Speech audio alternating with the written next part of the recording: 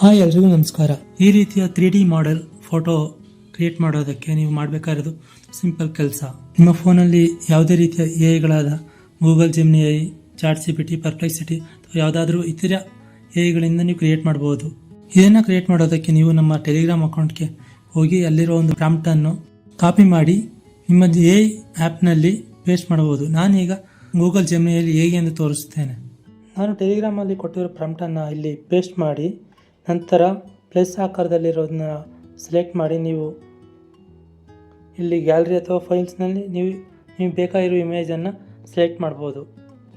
Select ಮಾಡಿದ ನಂತರ ನಾವು ಇಲ್ಲಿ ಕ್ಲಿಕ್ ಮಾಡಿದ ನಂತರ ನಮಗೆ ಪ್ರೋಸೆಸ್ ಆಗುತ್ತೆ. ಪ್ರೋಸೆಸ್ ಆದ ನಂತರ ಒಂದು ಇಮೇಜ್ ಕ್ರಿಯೇಟ್ ಆಗುತ್ತೆ. ಆ ಇಮೇಜ್ನ ಕ್ಲಿಕ್ ಮಾಡಿ ನೋಡಿ, ಅಲ್ಲಿ ಡೌನ್ಲೋಡ್ ಆಪ್ಷನ್ ಬರುತ್ತೆ. ನೀವು ಡೌನ್ಲೋಡ್ ಮಾಡಿದ್ರೆ HD ಫಾರ್ಮ್ಯಾಟಲ್ಲಿ ಡೌನ್ಲೋಡ್ ಆಗುತ್ತೆ. ಸೊ ಅದನ್ನು ನೀವು ನಿಮ್ಮ ಗ್ಯಾಲರಿಯಲ್ಲಿ ಓಪನ್ ಮಾಡಿ ನೋಡ್ಬೋದು.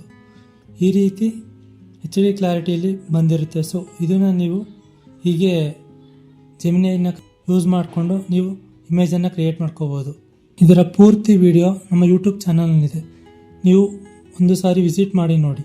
ಅದರಲ್ಲಿ ಇನ್ನಿತರ ಪ್ರಾಂಪ್ಟ್ಗಳ 3D ಮಾಡೆಲ್ ಫೋಟೋ ಬಗ್ಗೆ ಹೇಳಿದ್ದೀವಿ. ಹಾಗೂ ಇನ್ನಿತರ ವಿಡಿಯೋಗಳಿಗಾಗಿ ನಮ್ಮ ಇನ್ಸ್ಟಾಗ್ರಾಮ್ ಪೇಜನ್ನು ಫಾಲೋ ಮಾಡಿ ಹಾಗೂ ನಮ್ಮ ಯೂಟ್ಯೂಬ್ ಚಾನಲ್ನ ಸಬ್ಸ್ಕ್ರೈಬ್ ಮಾಡಿ. ಧನ್ಯವಾದಗಳು.